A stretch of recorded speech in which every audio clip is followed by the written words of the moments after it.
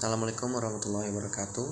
Kami dari kelompok 5 akan menjelaskan terkait regresi linier berganda dan regresi linier sederhana. Saya Fitra Islami dan rekan saya ada juga Revan Arya Wijaya. Yang pertama, di sini ada pembahasan di mana untuk regresi linier berganda itu berikut adalah data tentang penyalahgunaan narkoba di Polresta Tanah Karo, Sumatera Utara tahun 2021-2022. Variabel X1 adalah lingkungan pergaulan yang salah dan X2 adalah kurangnya perhatian orang tua atau keluarga.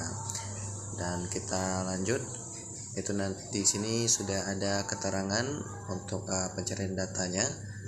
Lanjut di sini yang pertama itu ada soalnya, buatlah persamaan regresi linier berganda. Analisislah hubungan antara variabel independen dan dependen. Di sini ada Y topi itu sama dengan penyalahgunaan narkoba, dan X1 sama dengan lingkungan pergaulan yang salah, X2 itu sama dengan kurangnya perhatian orang tua. Dan di sini ada rumusnya, Y topi sama dengan A tambah B1 X1 ditambah B2 dan juga X2.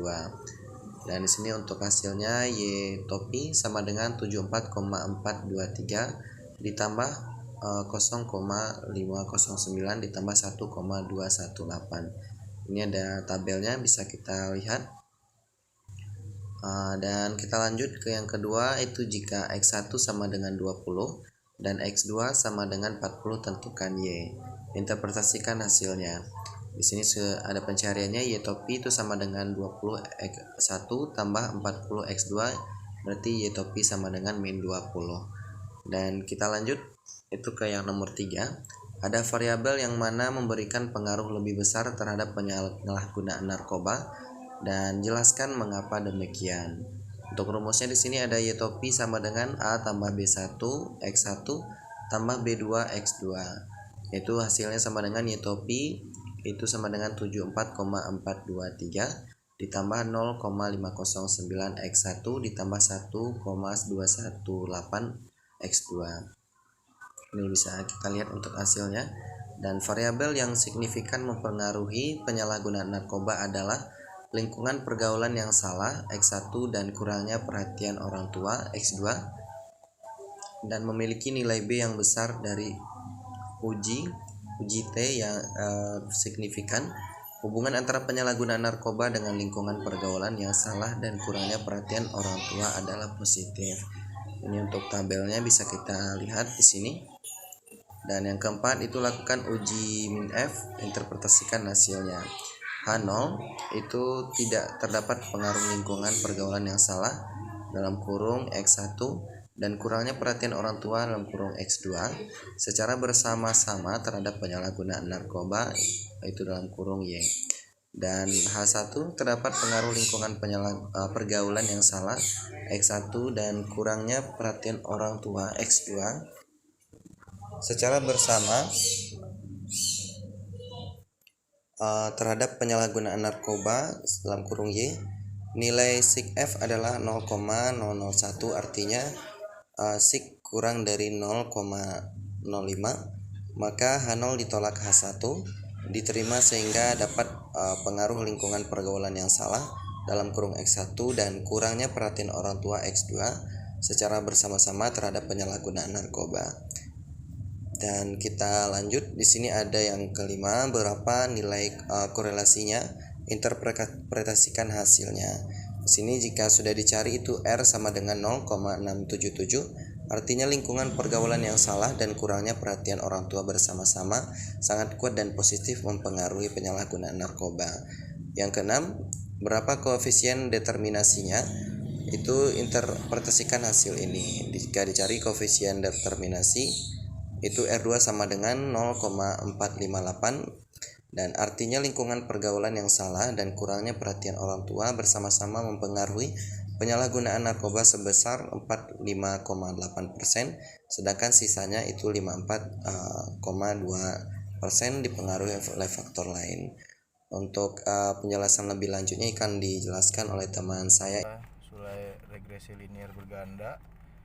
Yang pertama saya bacakan dulu. Disajikan data Y berupa volume penjualan sepeda motor dalam 1 juta unit yang dihubungkan dengan data variabel X1 berupa biaya promosi dalam 1 juta rupiah per bulan, dan variabel X2 merupakan biaya penambahan aksesoris dalam ribuan rupiah atau bulanan. Soal pertama adalah buatlah persamaan regresi linier berganda. Analisa hubungan antara variabel independen dan independennya. Baik, inilah ada jawabannya. Nomor 1, Y sama dengan A ditambah B1 X1 dan ditambah B2 X2. Y bertopi sama dengan minus 13.819 plus 0,563 X1 ditambah 1099 X2. Y sama dengan penjualan sepeda motor, X1 sama dengan biaya promosi, X2 sama dengan biaya tambahan aksesoris. Balik lagi ke soalnya. Nomor 2, jika X1 sama dengan 45, X2 sama dengan ditentukan nilai Y. Interpresentasikan hasil ini.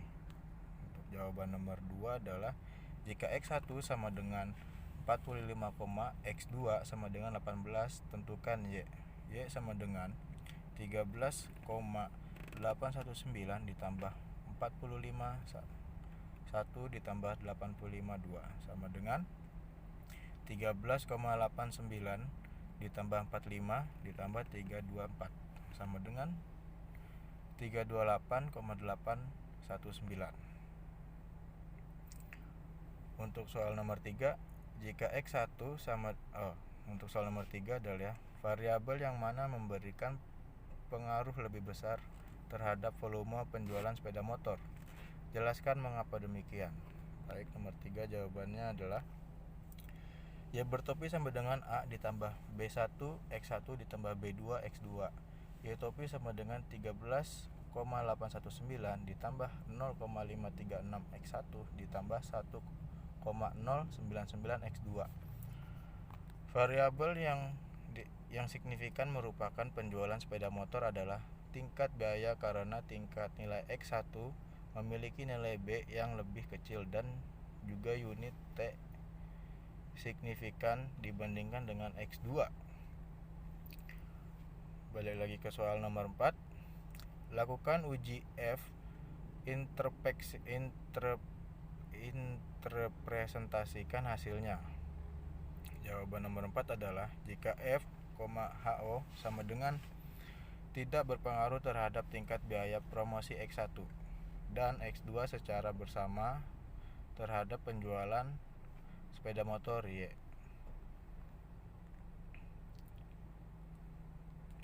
Nomor 5, berapa nilai korelasinya? Interpeksikan hasilnya.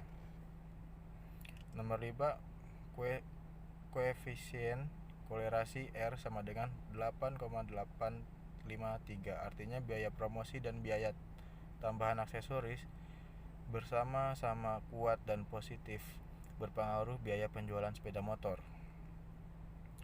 Nomor 6, berapa koefisien determinasinya? Interpretasikan hasilnya. Nomor 6 adalah jawabannya koefisien determinasi R2 sama dengan 0,726. Artinya tingkat biaya promosi dan biaya tambahan aksesoris sama-sama berpengaruh nilai penjualan sepeda motor sebesar 72,5%.